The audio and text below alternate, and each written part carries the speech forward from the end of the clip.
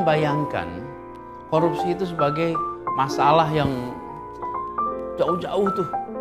Tidak, persoalan korupsi itu dihadapi dan efeknya konkret di kita-kita yang warga negara biasa.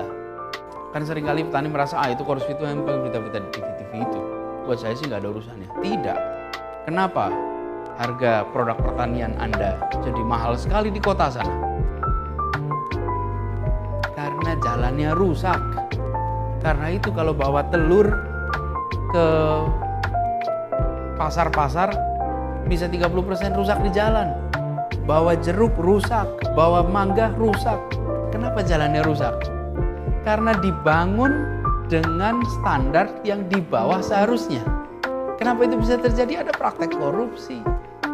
Kemudian perawatan jalan yang nggak berjalan betul karena ada korupsi.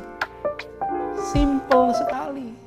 Jadi jangan membayangkan praktek korupsi ini sebagai praktek-praktek yang ada di televisi. Korupsi itu konsekuensinya kita rasakan langsung sehari-hari. Karena itu harus pangkas total. Pangkas total. Harus pangkas total. 3. Ada korup karena kebutuhan.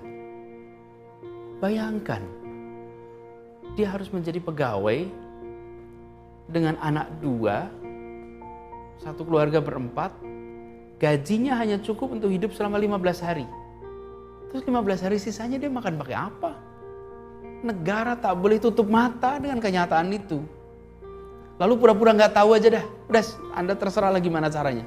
Gak bisa. Harus ada restrukturisasi atas gaji agar sesuai dengan kebutuhan.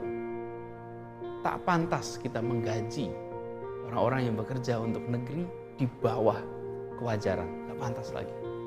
Yang kedua adalah korup karena sistem. Aturannya itu membuat orang dipaksa untuk korup. Itu banyak sekali prosedur-prosedur yang prosedurnya itu membuat orang jadi korup. Yang gak mau korup pun dipaksa untuk korup oleh prosedur. Ubah itu. Dan katakan cukup sudah dengan prosedur seperti ini. Ini dibuat dari zaman Belanda dulu sampai sekarang. Ubah ini. Yang ketiga, korup karena keserakahan, greed. Ini gak ada batasnya nih. Yang namanya greed itu gak ada ujungnya, namanya juga keserakahan. Sekarang bagaimana kita menghadapi yang serakah ini? Buat korup menjadi sesuatu yang irasional. Hari ini orang korup rasional.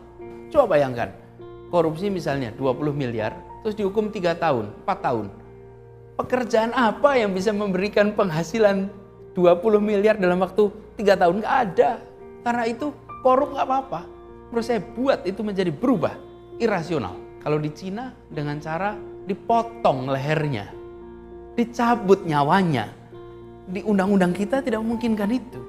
Tapi kita sangat mungkin miskinkan koruptor. Itu sangat mungkin. Dan menurut saya harus ada keberanian. Jadi kalau belum ada undang-undangnya, siapkan perpunya.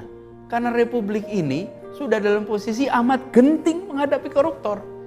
Kalau hukuman kita adalah hukuman yang memenuhi persyaratan prosedural, mengerikan betul.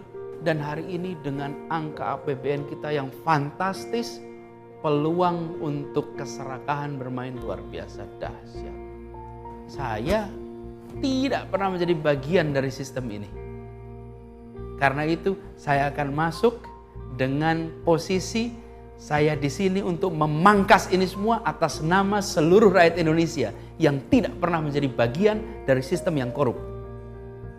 Kami hadir untuk memangkas praktik dan kami ingin mengatakan cukup. Nothing tulus. Kita bukan bagian dari ini semua. Justru kita ini masuk karena ingin mengatakan cukup dan habisi. Masih banyak orang-orang baik, masih banyak orang-orang berani. Nyatanya ketua MK diangkut oleh pemberani-pemberani juga. Nyatanya anggota-anggota DPR diangkut oleh orang-orang pemberani juga. Masih banyak pemberani itu. Hanya hari ini kita membutuhkan orang-orang yang nyalinya lengkap, tak punya beban, berada di posisi yang bisa mengambil keputusan besar dan bisa menggerakkan suasana bangsa. Di situ sebabnya saya pilih untuk ambil tanggung jawab. Dan saya akan perangi ini total. Jika ini memiliki konsekuensi yang amat besar, tak apa-apa, saya akan hadapi.